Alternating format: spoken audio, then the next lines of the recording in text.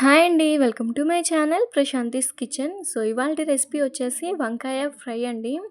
మనం మసాలాలు వేసి చేసినా, మసాలాలు వేయకుండా చేసినా పర్ఫెక్ట్‌గా చాలా రుచిగా కుదిరే కూరలు ఏమైనా ఉంది అంటే వంకాయ కూరనేనండి మొదటగా ఉండేది.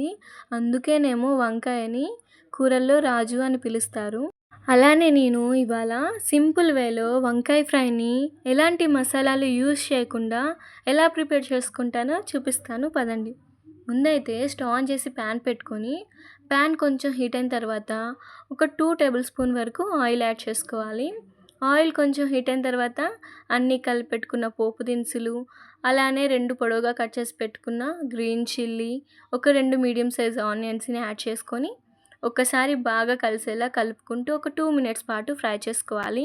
ఇలా ఫ్రై చేసుకున్న తర్వాత ఇప్పుడు దీంట్లోకి మనం వంకాయలను యాడ్ చేసుకోవాలి. ఇక్కడ నేను 1/2 కేజీ వరకు పొడుగు వంకాయలను తీసుకుంటున్నాను. ఇవి కట్ చేసుకొని ఒక 2-3 మినిట్స్ పాటు సాల్ట్ వాటర్లో ఉంచుకొని అప్పుడు మీరు యాడ్ చేసుకోండి. సాల్ట్ వాటర్లో ఉంచడం వలన దీని మీద ఉన్న బ్యాక్టీరియా అంతా పోతుంది. సో ఇక్కడ నేను ఒక టిప్ చెప్తాను మీకు. మనం ఆనియన్స్ని ఎక్కువ ఫ్రై అవ్వకుండా వంకాయల్ని యాడ్ చేసాం కదా, ఇలా చేయటం వలన ఫ్రై అనేది రుచిగా కుదురుతుంది. అలానే రైస్లోకి కలిసేలాగా ఉంటుందండి.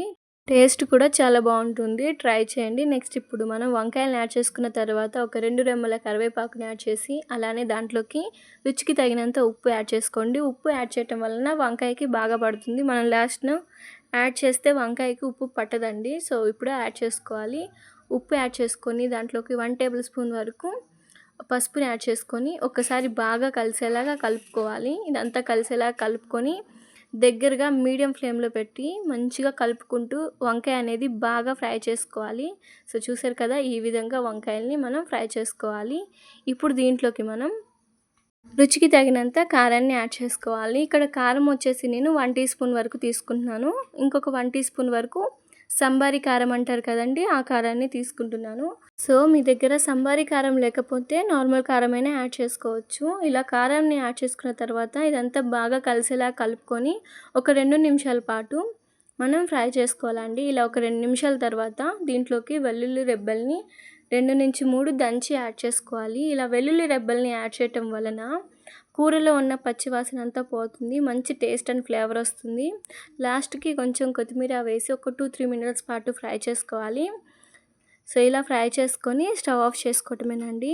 స్టవ్ ఆఫ్ చేసుకొని సర్వ్ చేసుకోవటమేనండి. సో చూసారు కదా, ఎంతో ఈజీ అండ్ టేస్టీగా చేసుకునే వంకాయ ఫ్రైని మసాలాలు లేకుండా ఇలా ఒకసారి ట్రై చేయండి. వంకాయని ఇష్టపడే వాళ్ళు ఈజీగా ప్రిపేర్ చేసుకోవచ్చు. వంట రాని వారైనా బ్యాచిలర్స్ అయినా సింపుల్గా చేసేసుకోవచ్చు అండి. ఇది రైస్లోకి చపాతీలో కూడా చాలా బాగుంటుంది. సో లేట్ చేయకుండా ట్రై చేయండి. ఈ రెసిపీ కనుక మీకు నచ్చితే ఒక లైక్ కొట్టి ఇలాంటి టేస్టీ రెసిపీస్ కోసం మన ప్రశాంతిస్ కిచెన్ని సబ్స్క్రైబ్ చేసుకోవటం మాత్రం మర్చిపోకండి.